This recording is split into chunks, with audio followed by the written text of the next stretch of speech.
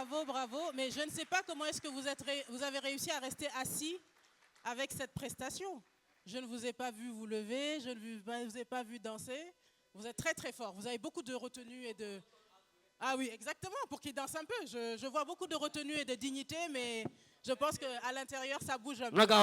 Aïcha. Je vais faire jouer le ministre aujourd'hui, Manbiram Ndiaye Rose. Hein? Monsieur le ministre, notez le coq, coq, coq, coq, coq, coq, coq, xool nii rek. Yaa njëkke, yaa ubbi. Déedéet, yaa monsieur le ministre, ubbi la fii. Ok. Jouer, coq. 1. Tout le monde, run. 1, hein? 1. Il faut taper, hein? 1. Il faut bien jouer. 1. Aliza, 1. Filmez l'IY. Poussel. 1. Il faut l'air. Uran. Bin. Tout le monde.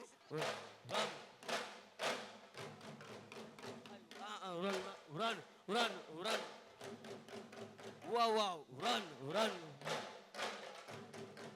Aïe, wow.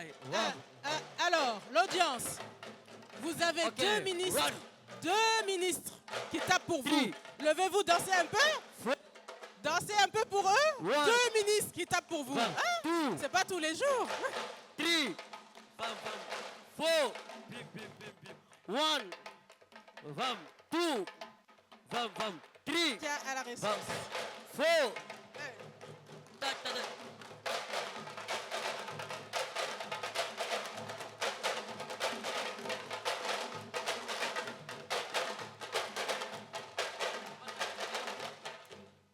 Mais bravo, monsieur le ministre. Maintenant, je vais écouter monsieur le ministre dans la famille Doudou Ndiaye Rose maintenant. Il va jouer avec nous partout dans le monde. Parce que là, on prépare les JO avec 200 batteurs l'ouverture pour la famille de Doudou Ndiaye Coumbaros. On va commencer les répétitions pour les ouvertures de JO. On vous invite tout le monde, Inch'Allah Rabbi, les Jeux Olympiques, avec 200 batteurs l'ouverture. Inch'Allah, monsieur le ministre. Merci beaucoup.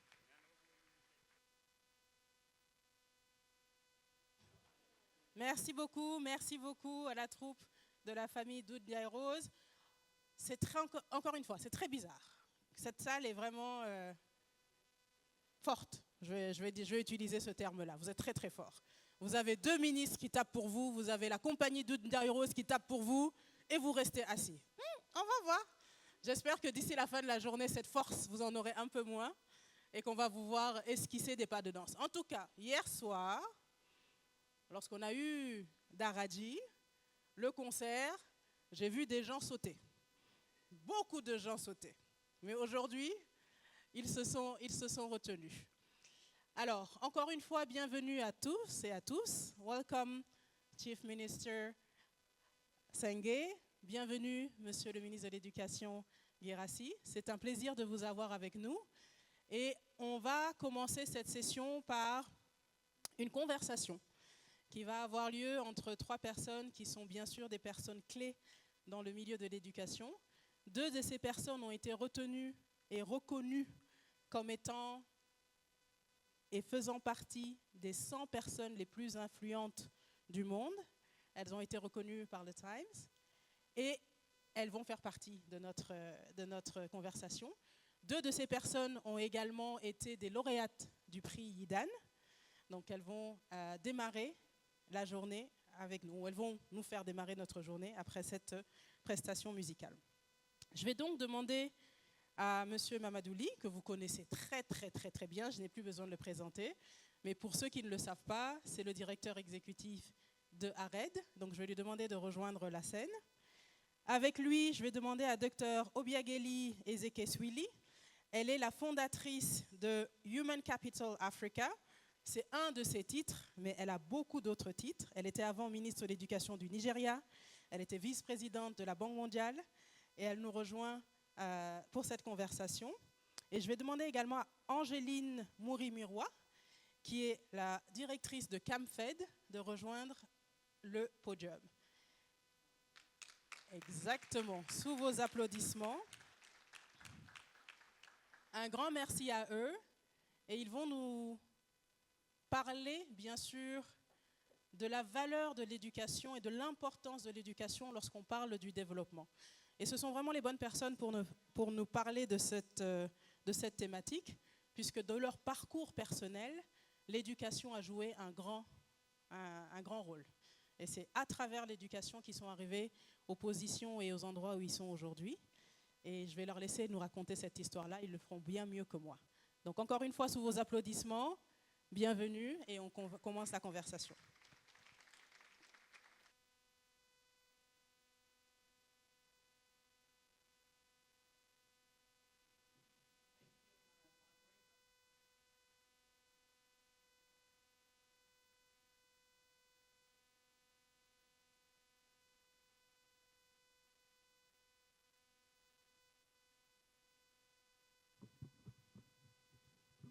Thank you. Oh, I can hear myself, so obviously you can hear me. Good morning. Why is there such low energy in this room? Come on, give me some energy there. Come on. Yes. We're all champions for our children learning, and we can't do it with low energy.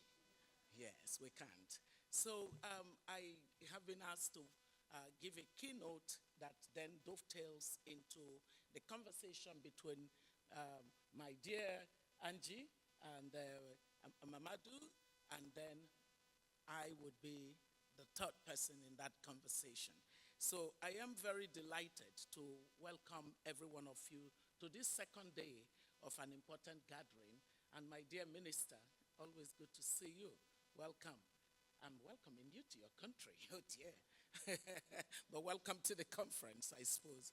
I want to give a shout out to the Yidan Prize Foundation folks, from you, Dr. Charles Yidan, to Bruce, to the members of the board, and to my dear sister Dorothy, who was the one that cornered me in Accra and said, you must come to the June event in Dakar.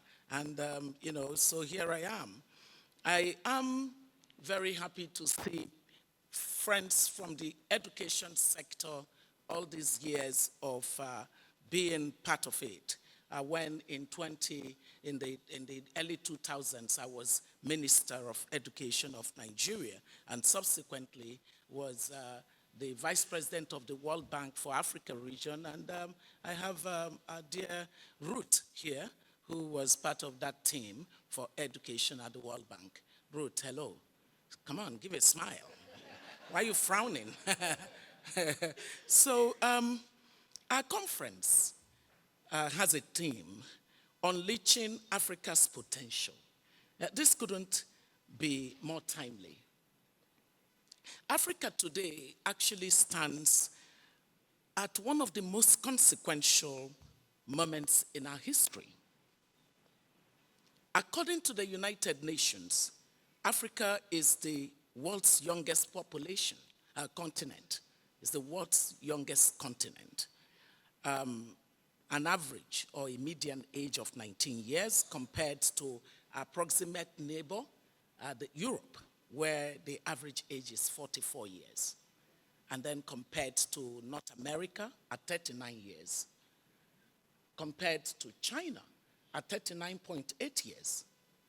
Compared to Latin America at 35, 36 years. So the closest to us is India at 29 years.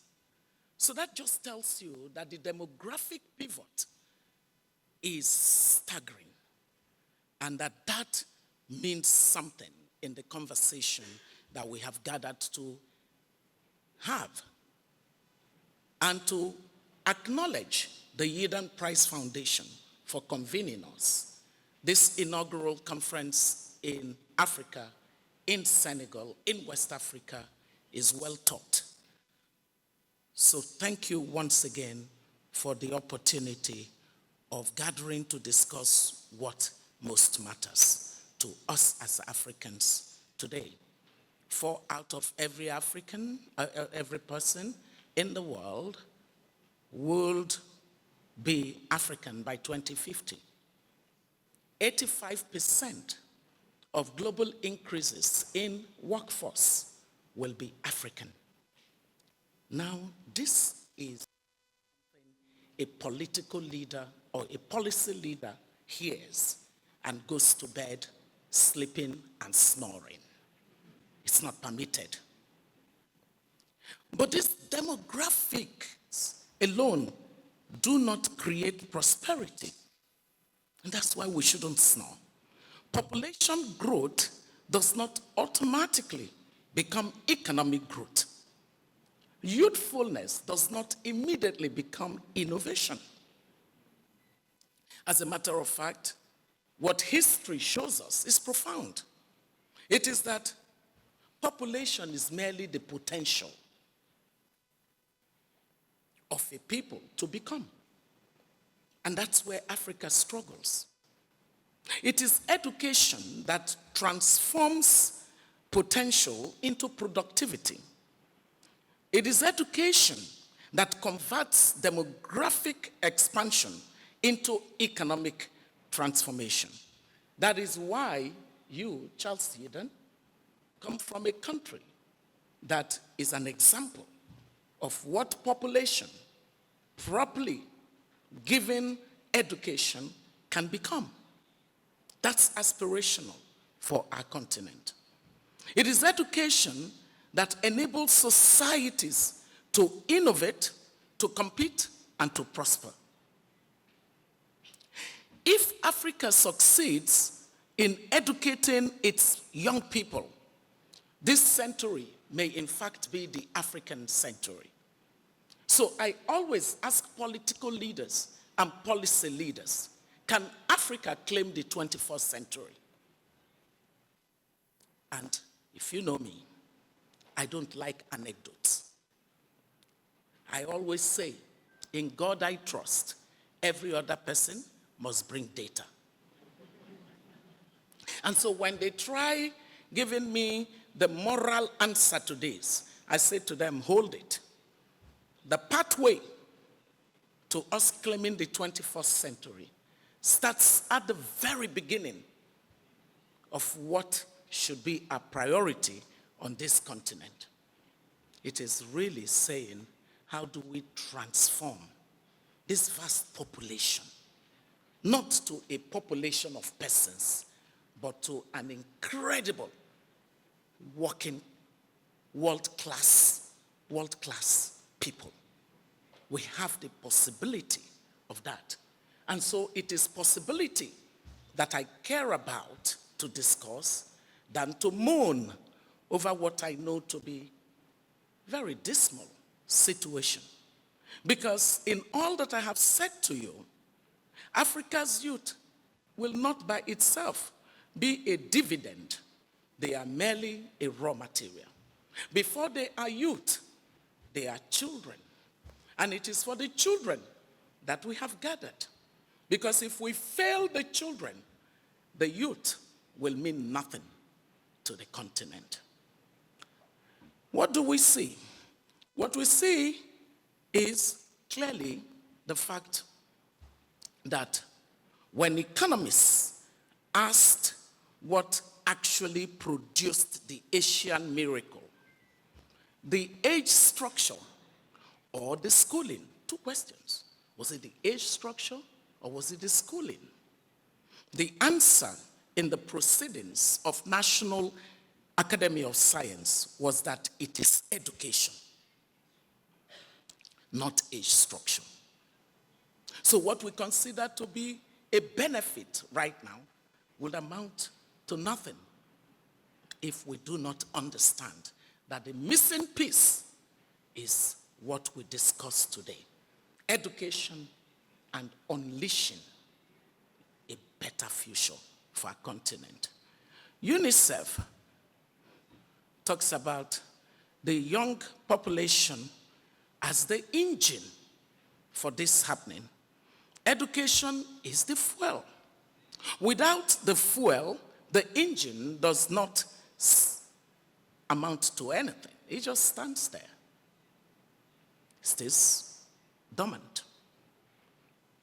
With the right investment in Africa's young people, starting with our children, the World Bank estimates that Africa's per capita income could rise by as much as fourfold by 2050. There's an incentive there. There's an incentive there for us as political leaders and policy leaders to not take this as a casual conversation. Without education, though, this demographic that we talk about becomes what UNICEF bluntly called a demographic disaster. I already see evidence of it in my country.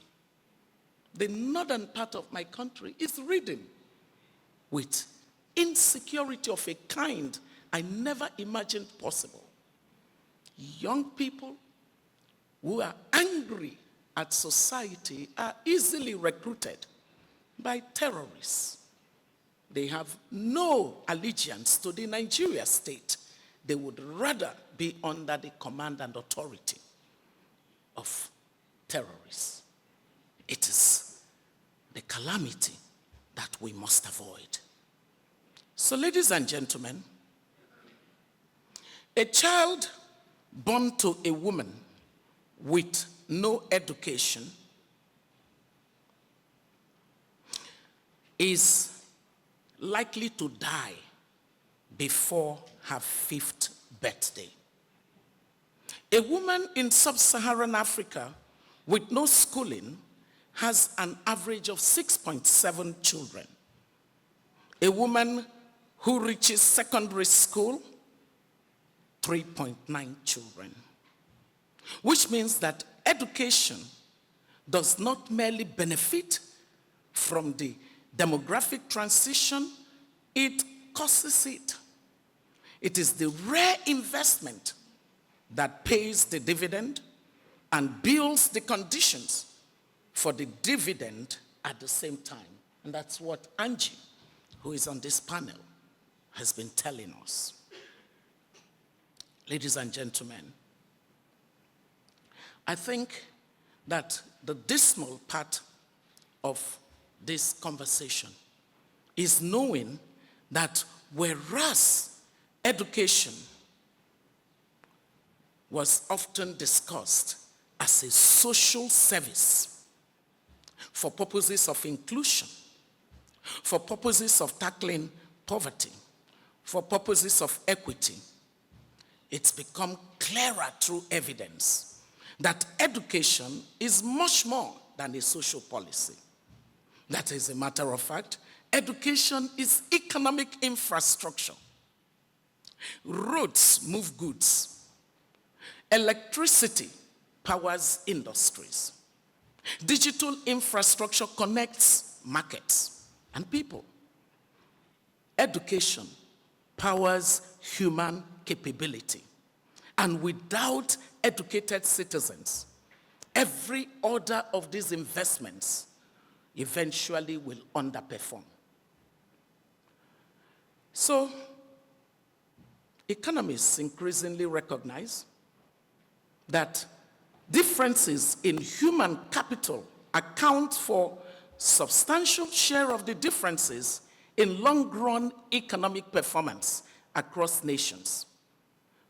Decades of research show us now that an additional year of schooling while learning increases individual earning by roughly 8 to 10% on the average.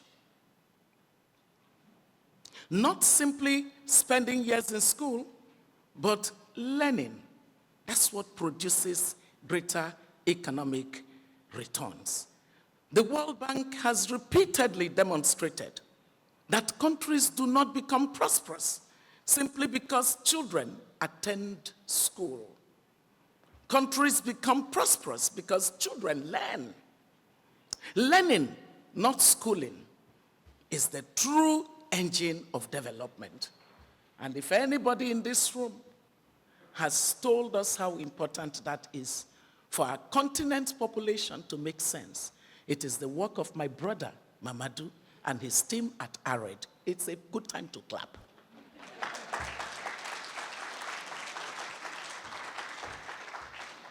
Because the large population of children on our continent who, because their only language of understanding is their ethnic language, shut out from the possibilities of learning, Mr. Minister, are now in a place where it does not have to be so.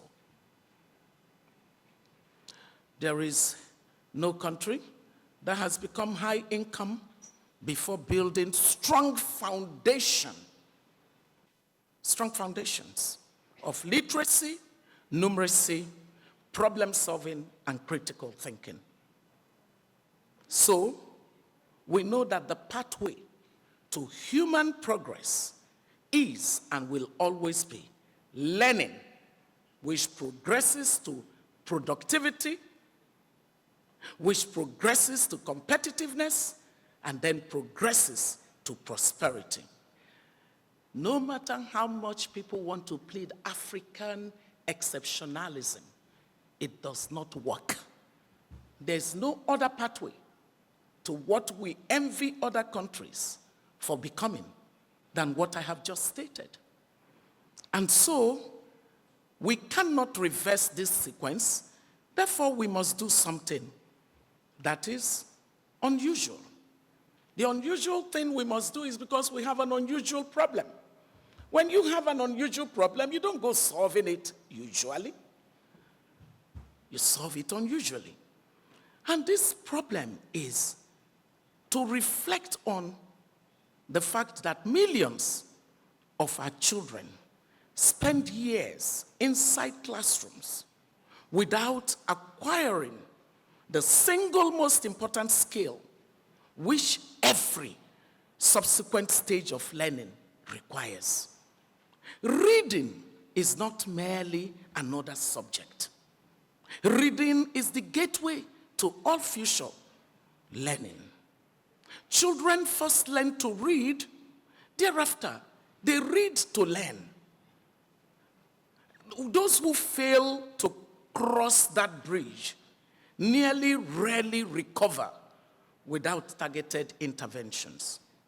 So the consequences of this ripple effect are too much for our continent to not see that it is drastic measures that will change the current situation of things.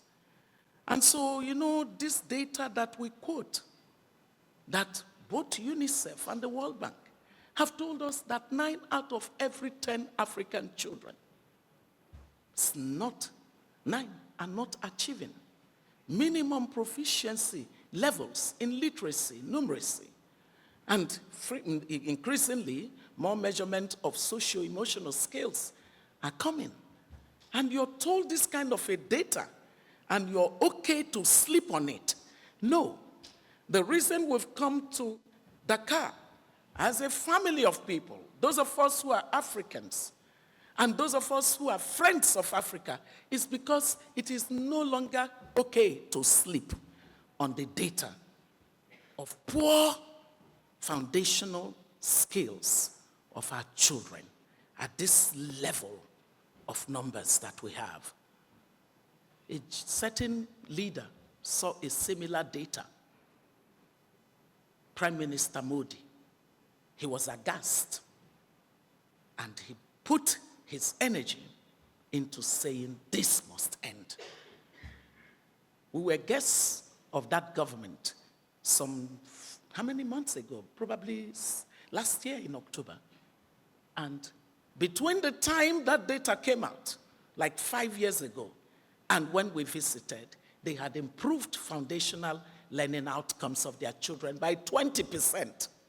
So don't tell me that it is difficult. If it has been done elsewhere, it can be done on our continent.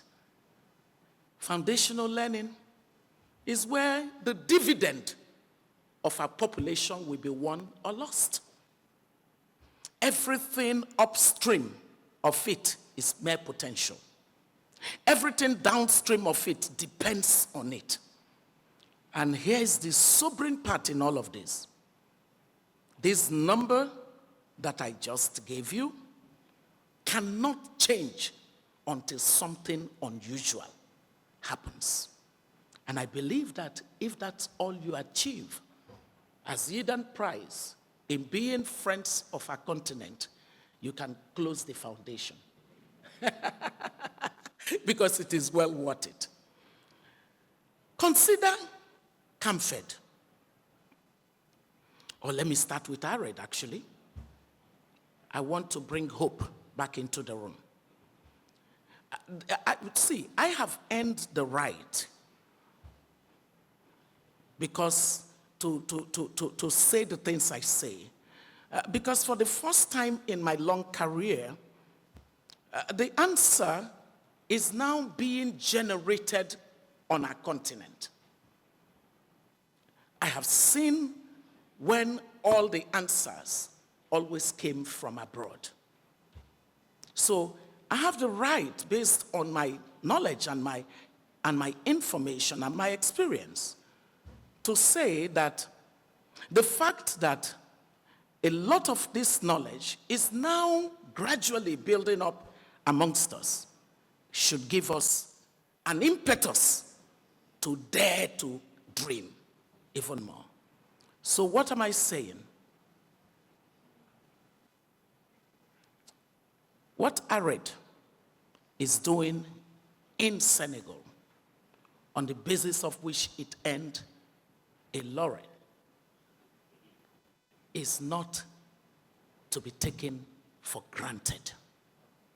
We have a tendency to allow outsiders be the ones that celebrate us. So thank you for celebrating them. We should have already celebrated them before an external saw the value of their work. Because it's a great work. A 2024 study found that 71% of Senegalese second and fourth grade could not understand French as well as a language they already spoke. Children asked to learn in a tongue that they did not possess. So Ared's bilingual model did something. It built with the Ministry of Education and met the children in the language they know. And it is now traveling across the border to Gambia and to Mauritania. This is Africans solving Africa's problem. It's a good time to clap for Ared. Africans solving Africa's problem. Or is it Camfed, which since 1993 has supported 7.8 million children through schools across 5 countries? Consider the architecture of ADEA that co-convened our gathering today. It has held these kinds of convenings across the continent. They are not pilots. They actually are Africans wanting to find solutions. You would notice that what sits at the heart of the Ared story is not a search anymore for proof. The proof already arrived. And so the real story of our gathering is how many more Areds can the continent generate? And as it generates the Ared stories across the north, the east, the west, the central and the south of our continent, what would trigger adoption? Because the evidence industry is now saturated. But you see the adoption industry, that's where the real work begins.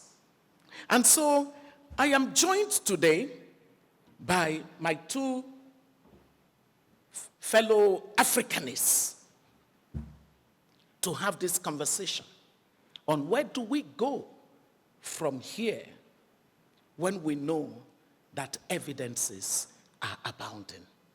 How do we deal with the evidence gap to the extent that it remains on certain aspects of improving learning for our children? Then how do we deal with the adoption gap? And how do we deal with the implementation gap? And finally, how do we deal with the agency gap? Because I end my talk this morning by saying all of these other gaps are resting on how we tackle the agency gap. The agency gap being the capacity of our political leaders to take responsibility for our children, and the capacity and willingness of the citizens of our continent to finally take responsibility for, if not their own well-being, the well-being of our children. It is our children that have gathered us here today, and I just welcome you to the conversation that we will shortly be having. I thank you very much for the opportunity.